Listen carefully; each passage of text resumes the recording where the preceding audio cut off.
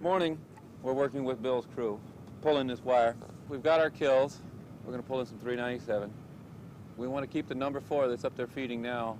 We want to be able to, we're going to kill it, take the taps off our cutout, sectionalizer, and we want to keep it just in case the weather turns bad so we can turn everybody back on.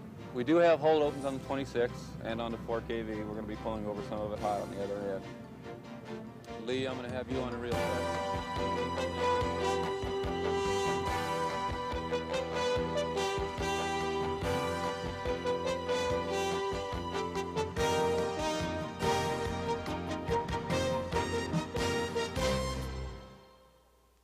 A line worker's job consists of constructing and maintaining an electrical overhead transmission and distribution system.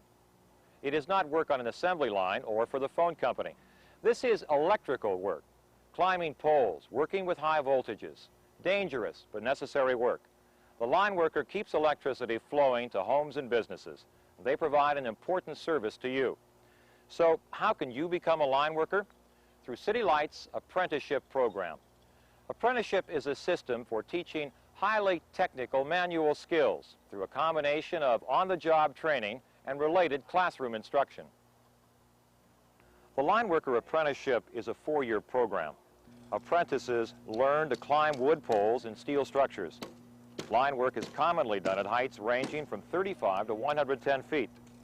They work individually with large, bulky, and heavy materials, both on the ground and on wood and steel structures. Working in adverse weather conditions is also a part of the training. Line work offers just a variety of different work. For one thing I like about it, working outside. Gives me a chance to go different places throughout the system to do just a different job every day. And being able to do something that requires skill that maybe just an ordinary person can't handle, or it's a trade to be proud of. I like the work outside. It's hard work, but it's satisfying. You know, you can really see that you've accomplished something. Every day is an adventure. It's not the same thing exactly every day.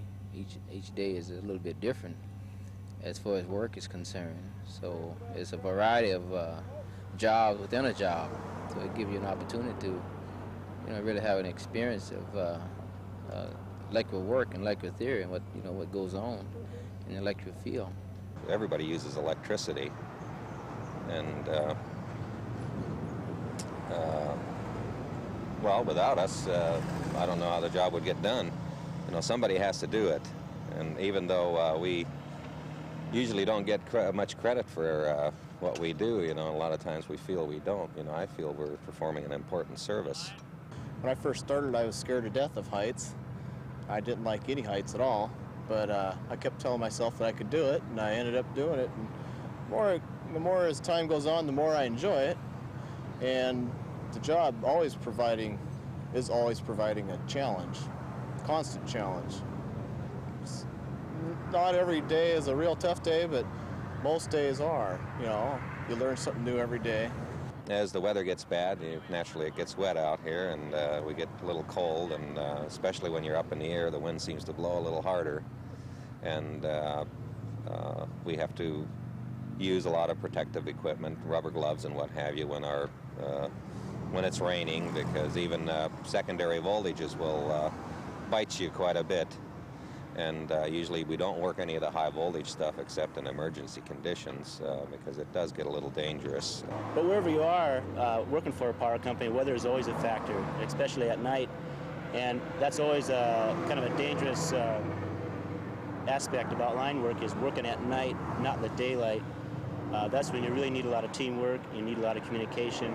And they're always stressing safety, especially in the overhead, I think, because they work the high voltage hot more than I believe in the other departments. And so you don't have much choice as far as doing it or not. You have to work it hot, so you have to work it safe. Safety, an integral part of the line worker's job. Knowing the safety rules, wearing the proper clothing, and using tools correctly all contribute to a safer work environment. Proper clothing is important. Most line workers wear heavy jeans or overalls, a thermal shirt, gloves, heavy socks, and sturdy high-top boots. In severe weather, rain clothes are a necessary part of the line worker's attire. Many physical demands are put on line workers. This makes safety and teamwork the basis for performing tasks effectively. Lifting materials up to 85 pounds requires upper body strength. Climbing wood and steel requires stamina and good climbing skills. And these physical actions are often performed within a hazardous setting, working in inclement weather, near energized lines and equipment, and the possibility of contact with high voltages. To ensure the greatest possible safety factor in these hazardous situations, the utility will not issue any rubber goods or gloves until they have been electrically and visually tested for defects. These are some of the tools and related equipment the utility provides to the line worker. Hot sticks, climbers, safety belt, a bolt cutter, a drill, a work belt with tools such as pliers, screwdriver, a skinny knife, a crescent wrench, gloves, and of course a hard hat. The line worker's daily assignments range from working on streetlights to installing new service wires to working on energized high voltage wires.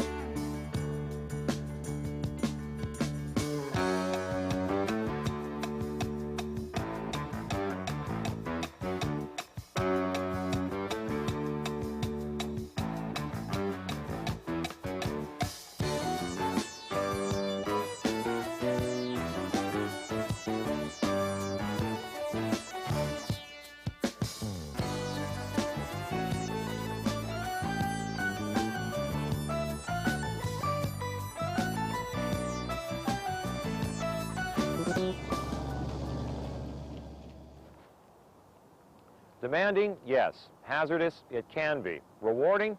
You bet. Line work is all these things and more. The apprenticeship program is the best place to start for a career in line work. Qualified journey-level workers will provide on-the-job training, in addition to a minimum of 144 hours of academic instruction yearly. The program is 4 years, with salaries beginning at about $10.57 per hour, with substantial 6-month incremental increases.